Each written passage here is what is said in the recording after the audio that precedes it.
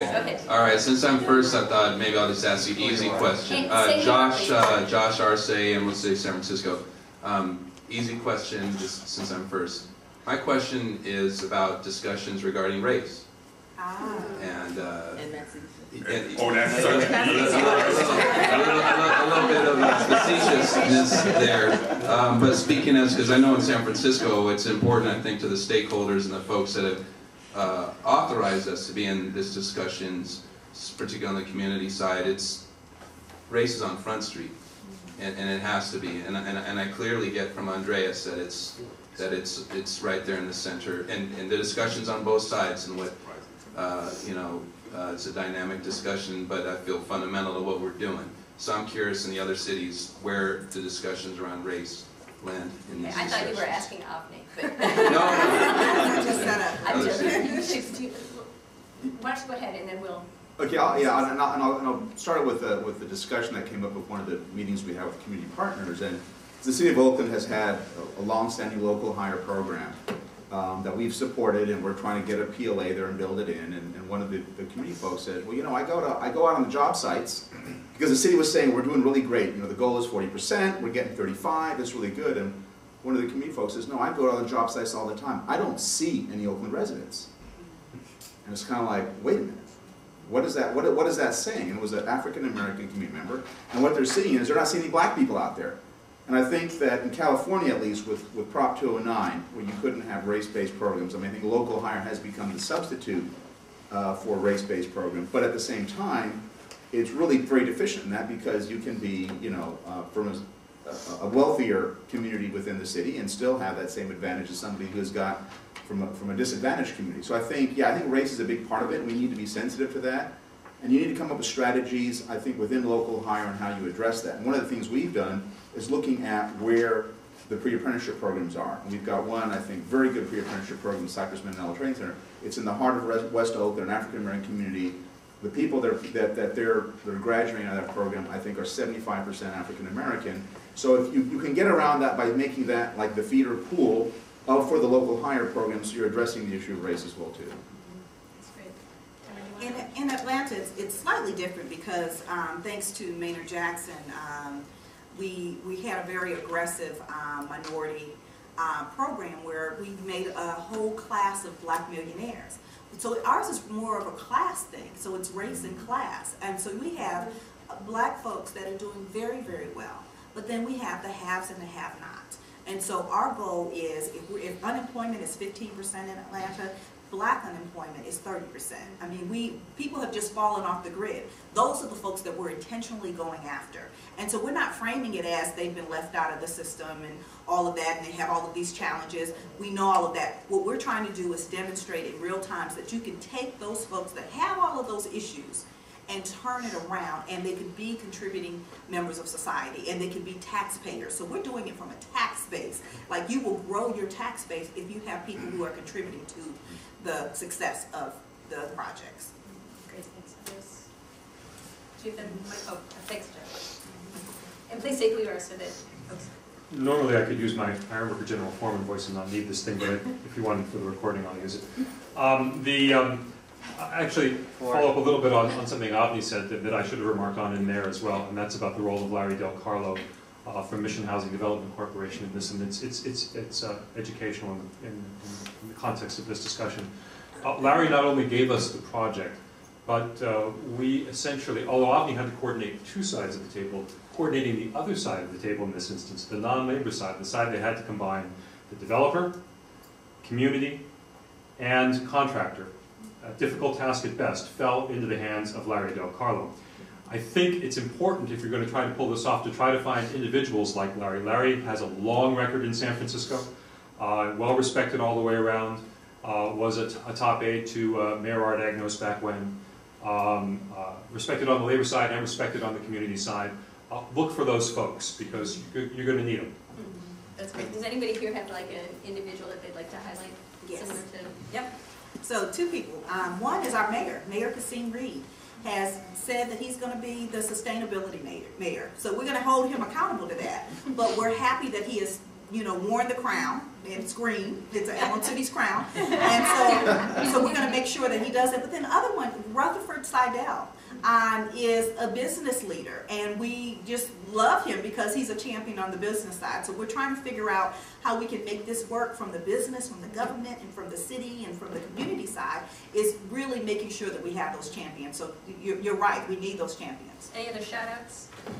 Shout-outs are dangerous, because we'll always leave somebody out. I mean, our own mayor is incredibly innovative. Angel Taveras, remarkable first Dominican mayor in Providence, in a city that has about 30,000 Dominicans.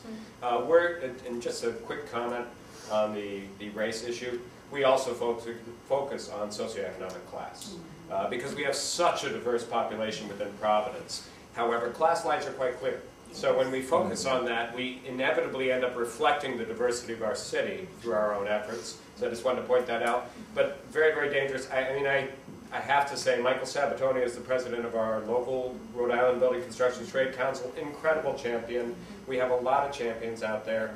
Now that I'm named two, I'm probably going to get in trouble. They're all great, right? Even if you didn't give them all shout-outs. So there's a question back here. You know, wave for the microphone, okay? Yeah. Ruben Lizardo, Policy Link, part of the board. Same question I asked in earlier conversation with our policy group was, given that we didn't get what we had hoped to get from the Congress, not so much administration in terms of an investment, and all the multiple streams that was going to bring this industry to life, when we first started this, what are you all thinking about in terms of your own work at the local level to make it sustainable? What's the key to make this sustainable at the birth, really, of this new industry that we do believe is going to come to life? And what Stephen DeBerry says, and when the business folks figure out how to make it even more profitable, they'll be so far ahead of us that we won't be able to make it grow the way we want. So what are the things you're thinking about to make your work sustainable? That's an excellent question. I think we're very much at the beginning of this industry market, and there's a lot of Wild West territory out there, but the kind of how do you sustain yourselves through all of that? Avni, do you want to? In terms of financing this work, I mean, it's definitely a challenge. It's going to be even more challenging as ERA runs out, and we're going to go back to an environment where we're going to have to go after credit. So ERA is stimulus funding, right? I just want to make sure. Sorry, yes, the stimulus bill funding, which had a lot of funding for energy efficiency, and as it runs out, I think we got a 3-month extension across the country on wrapping up ERA projects, but it's going to run out in June. And I would recommend to all of the other Emerald cities, is just like we got an opportunity to piggyback on an ERA-funded project, since we have a few more months of lead time, it might be good to find out, who are the folks in your cities who are doing ERA-funded work, and have them still do it in Emerald cities. But as it sunsets, we need to figure out where we're going to raise our financing. And you mentioned Stephen DeBerry and some private capital that he has raised. I think that stacking together and creating funding streams that complement each other is the way to go. And we haven't quite figured it out, but it's going to be a work in progress. That's great. Well, I mean, I think there's a direct link between the Republican control of Congress and a lot of the money being turned off. So I think in terms of sustainability, I think it's a political exercise. I think we got to mobilize, we got to work our butts off in the 2012 election, get people at all levels of government in that share our perspectives, and that's what's going to change it. I mean, if we get another couple of years, the Republicans will be, you'll be asking that question a couple of years from now. But if we can change it around, and maybe that's something that can bring us together as well too. I don't know how we're allowed to do political work. I don't know about the rest of you all, but I think we really have to go out there and make some change.